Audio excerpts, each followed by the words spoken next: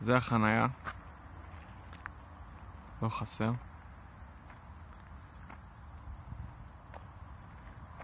ומפה נכנסים לאירוע, איפה שהאוטו, נכון? כאן נעשה את זה ככה.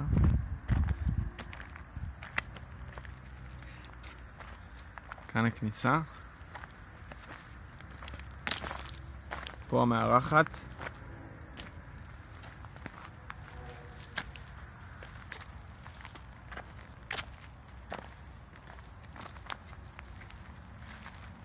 מה מונע מפה להיכנס?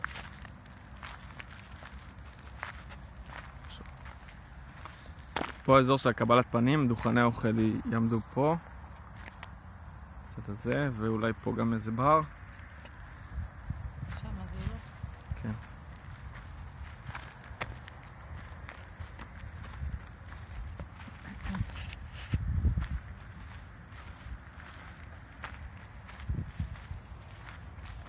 פה אזור הזולות, אריות אלטרנטיבי. כל החלק פה בפנים.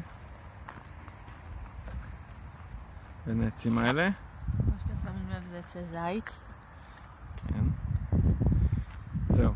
עכשיו מפה, פה זה השטח של האירוע, אנחנו נכנסים אליו מפה. בין שני העצים האלה.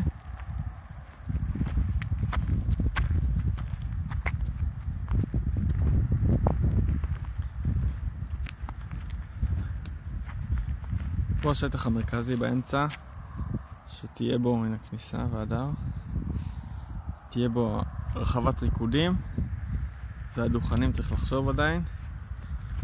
ואנשים יושבים בין העצים, שורות, יש פה שורה בין העצים.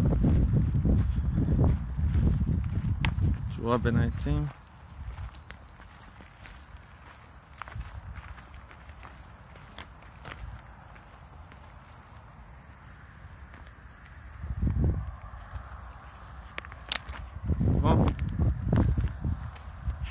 ויש עוד שטח אחד של ישיבה.